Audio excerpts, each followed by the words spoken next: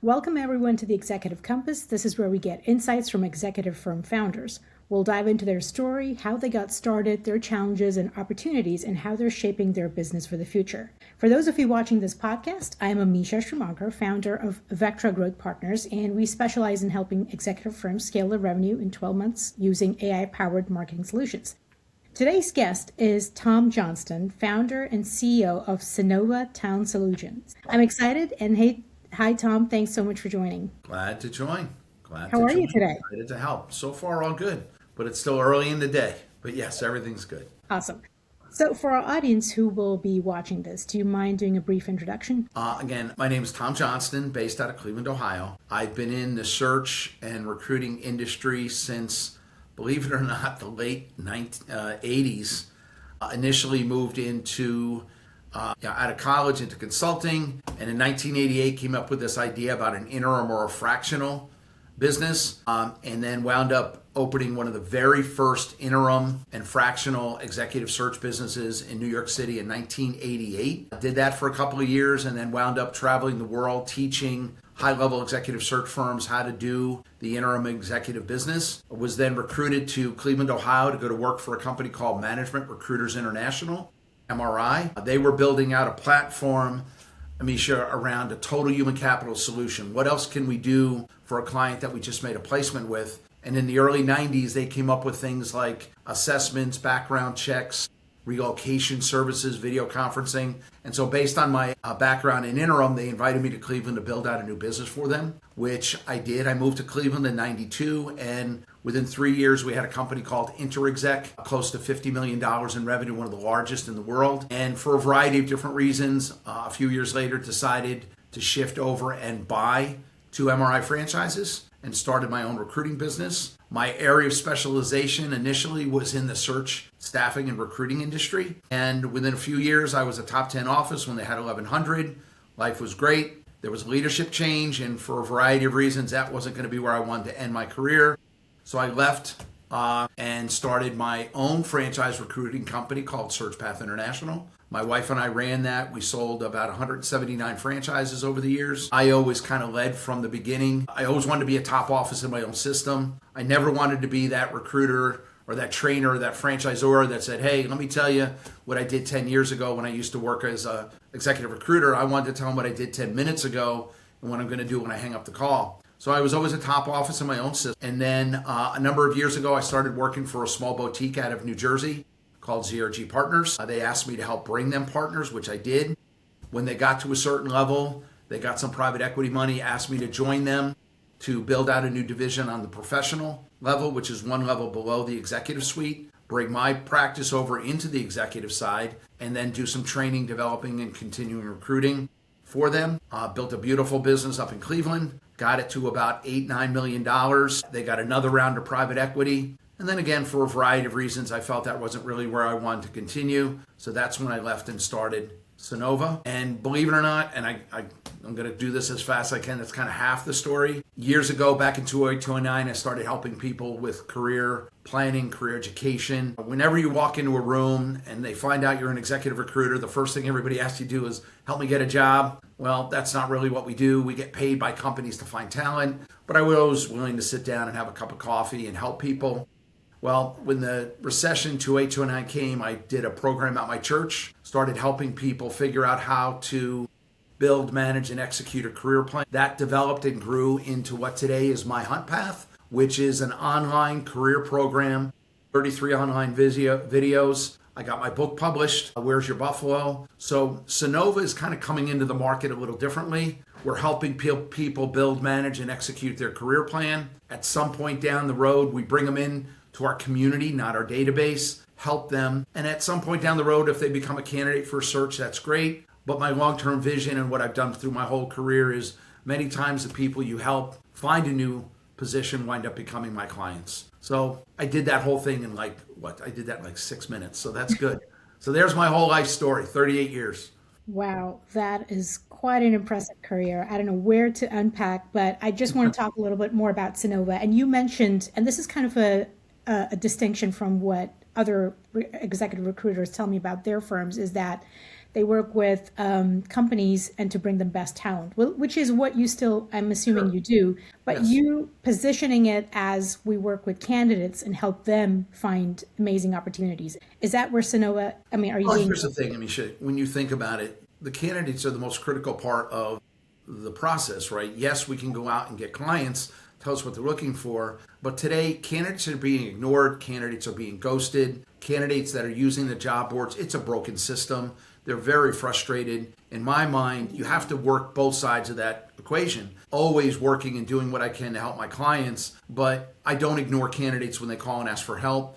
And that's why we built these online videos. We got the book, doing what we can to support them, not with the expectation that we're going to get a fee from them or going to, maybe we will. But I think, building a relationship with somebody, that's what this business is really about, is relationships. And there isn't really a difference between a candidate or a client. I've got clients that call me up and say, hey, I need a new opportunity. Some days my clients become my candidates, and sometimes my candidates become my clients. And I just don't think the overall model of that most search firms do. Candidates are inventory until they need them.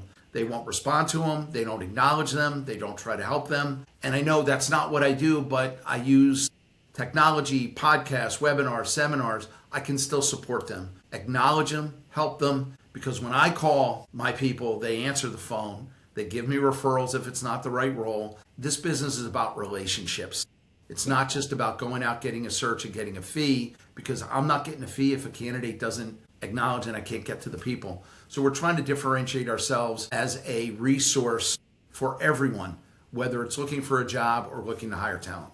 That's really eloquent. I love that you said that. And you mentioned something about the job system being broken. Tell me a little bit about that. I think you touched on it, but where does it stand today as we're heading into a new Well, year? keep in mind, and I say this a lot, back in the olden days, it was the want ads, people you knew. When they invented, the first big job board was Monster.com. And I was in the room when the president and owner of Monster walked into MRI and told hundreds of owners of executive recruiting companies that we were going to be out of business in 2 years. Well, he was wrong. This was in 1996, maybe, 97.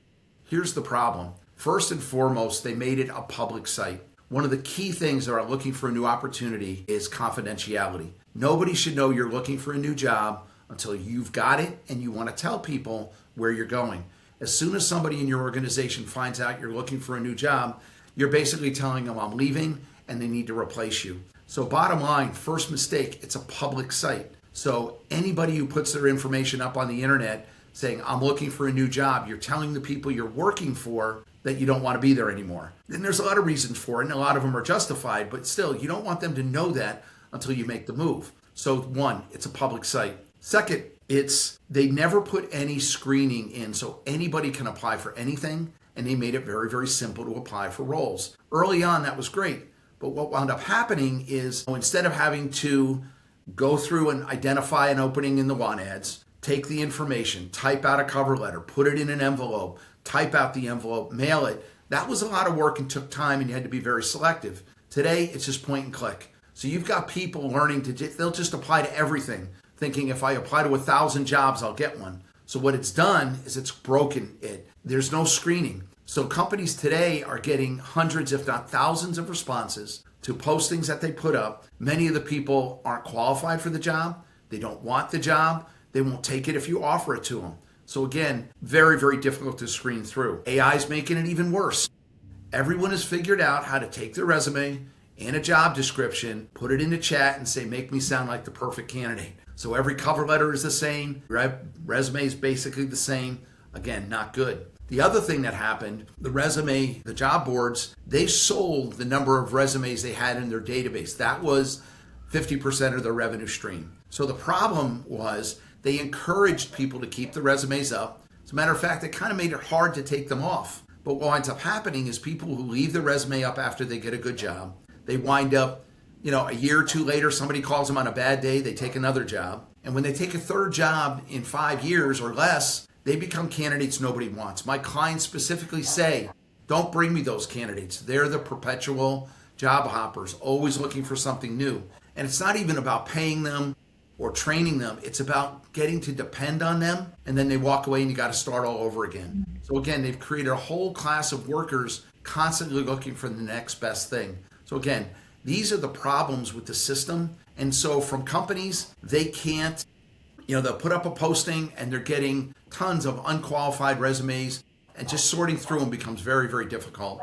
Candidates are sending resumes with expectations and hope that they could get a new role. Many times they're applying to jobs that they're highly qualified for, but because they don't have the right keyword, or because they happen to be the 500th resume responding that nobody ever gets to, they're not even getting responded to, they're not even getting acknowledged, basically ghosting. So the whole thing is broken. And then the final reason, and this is the worst one, if somebody does get an opportunity, they've got a great thing, normally they're working a number of different opportunities at the same time. More often than not, they'll take a job when it's offered, but they still got their resume into a dozen other places. Sure. And then 3 weeks later, the one they really want calls them up and says, hey, we're ready to move. And they don't show up on the first day, or they quit after 30 days. Those are the kinds of problems that you get with the job boards. The reality, my career education program teaches candidates how to get to the 80% of the jobs that are not on the job boards or being filled by recruiters. And when they actually do need help and they're not getting what they want,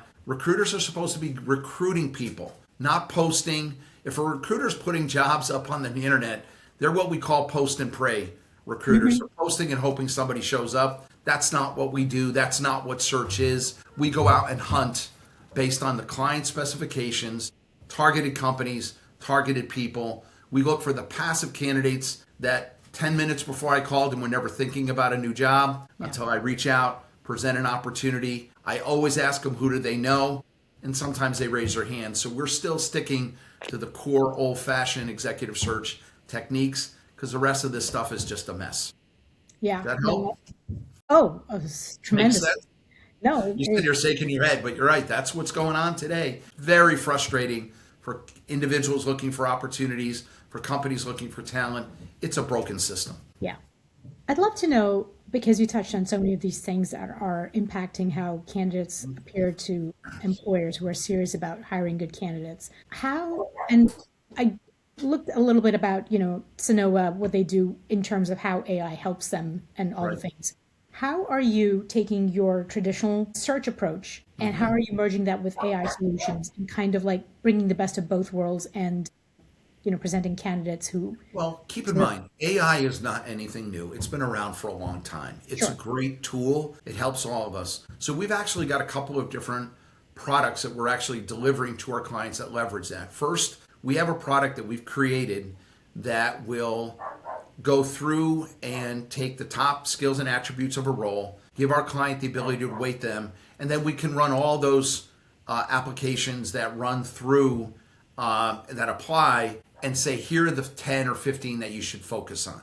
We're also creating a product right now to automatically respond to the people that apply to roles that don't get selected, to tell them why, to explain to them what they can do to better improve their chances so they're not being ghosted, acknowledge them, invite them into our community so they're part of our world, share some of our career management resources so that we can help them down the road. We also have another product that we're working on that we actually have to deliver to our clients that focused around helping companies understand how AI can impact the roles they're recruiting on. As an example, one of our clients was going to hire 10 customer service reps. Well, when we analyzed the roles, we realized that of the 10 key daily activities, 4 of the activities can be done by AI and actually were already being done by AI by some of their competitors. So we restructured the role, elevated a little bit. Instead of hiring 10, they hired 6. And then we brought them a solution on how they could bring an AI platform in to handle those non-critical tasks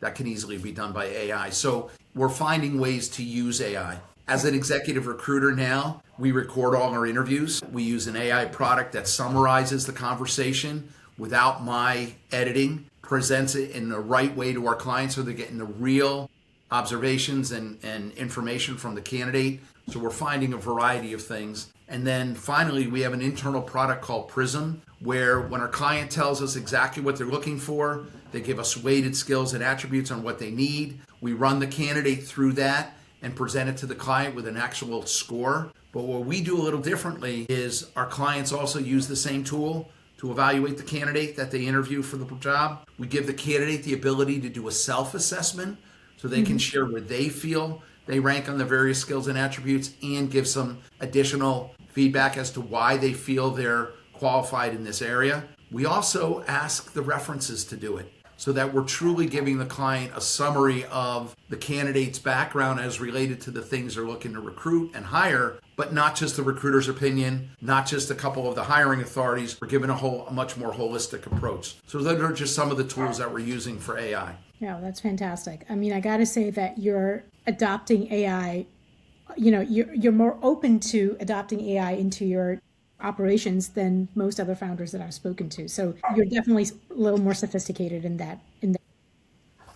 Well, you have to learn how to use the resources or tool. I mean, reality, when I first started recruiting, you're not going to believe this, we were in a bullpen celebrating the first fax machine because our manager decided to buy a fax machine. Everything else was done by mail. We used to do research in these things called Thomas registers. They were big, thick books that you had to buy or go to the library and go through page by page. I was doing recruiting before there was a thing called the internet. Yeah. You have to adopt to the tools that are being presented to you to become more efficient, to become a little bit more productive, to become better at what we do. But what I will say, no product is ever going to replace an executive recruiter.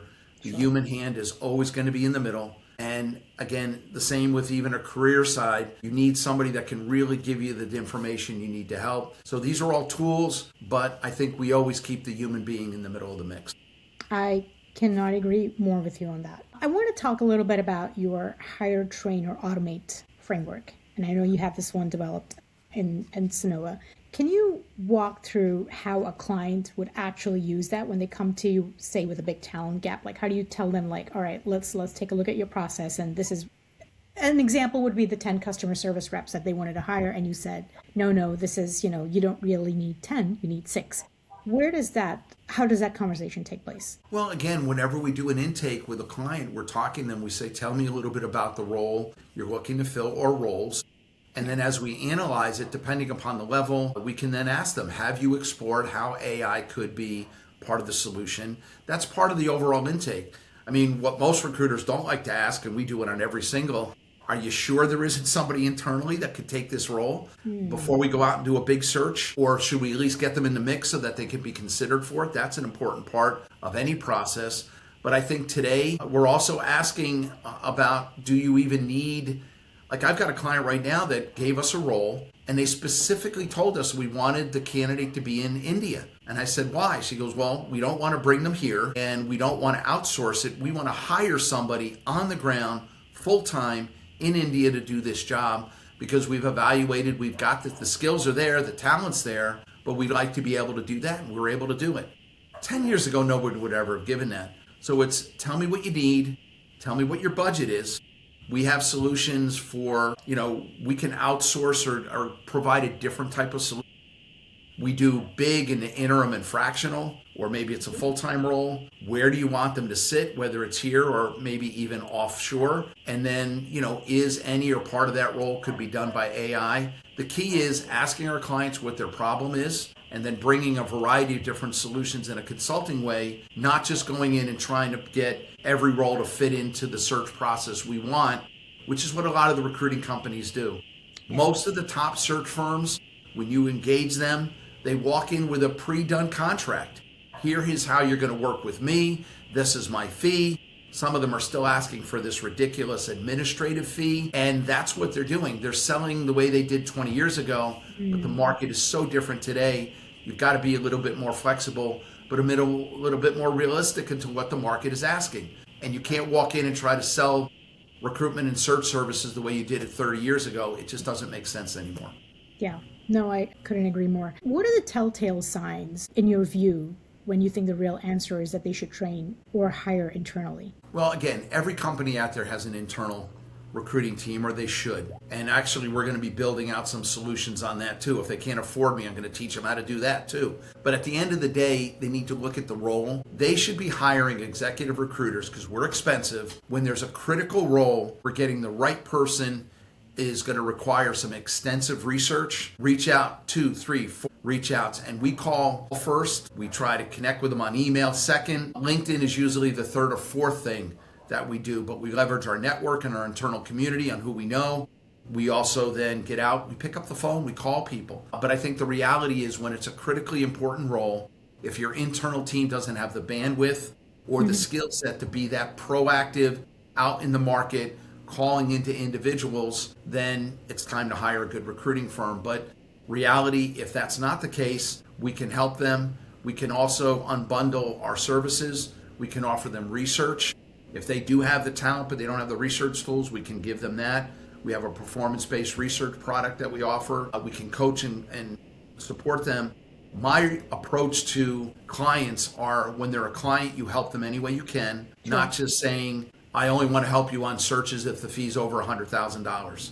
That's the most ridiculous thing I've ever heard. When you place a very senior leader and then they come back and say, can you build my team? And you tell them no, go to another recruiting company because the fees aren't high enough. That is not good business. My clients are my clients. I recruit on anything they need, but I use the same process, same tools, same technology, same resources, and we achieve the same results they do, regardless of the level, role, or location. Love it. And with the tools that you use or you give and share with your clients, how much are you involved or a member of your team is involved on the day-to-day or weekly when they're actually using them? No, the actual process of search is do a great intake. What exactly is the problem we're trying to solve? Then based on that, we present them a solution. And that solution could be a full-time hire, it could be an outsourced solution, it could be interim, fractional, Sure. Maybe an AI impacted role. And then we talk about relationship. I don't use the words contingent or retained. Those are silly. It's exclusive or non-exclusive, and both are fine. How do you walk into a company that's already actively looking in the market and say, I want an exclusive relationship, especially if I've never worked with them before? Sure. I believe exclusivity has to be earned. And then we talk about fee for service, and it's not always a percentage of salary. I do not charge for upside, bonuses, equity, sign-on bonuses. I do base salary only. I once had a client where they didn't do sign-on bonuses, but we had a really, really strong candidate, and they finally were able to get the CEO to approve a $25,000 signing bonus, a once-off kind of a deal. Well, the old company I was with told me I had to invoice them for that and tell them, hey, by the way, thanks for doing that to get this over the finish line. I'm getting my nice big fee, but can I get another, $5,000 or $6,000 for that? I just never felt that was the right thing to do. Yeah. They went above and beyond to get the candidate in. They didn't do it, and I didn't ever want them to think it's because I wanted a bigger fee. But again, those are some of the things that a lot of the search firms done that just doesn't make sense. But again, the industry is changing very, very quickly. Great.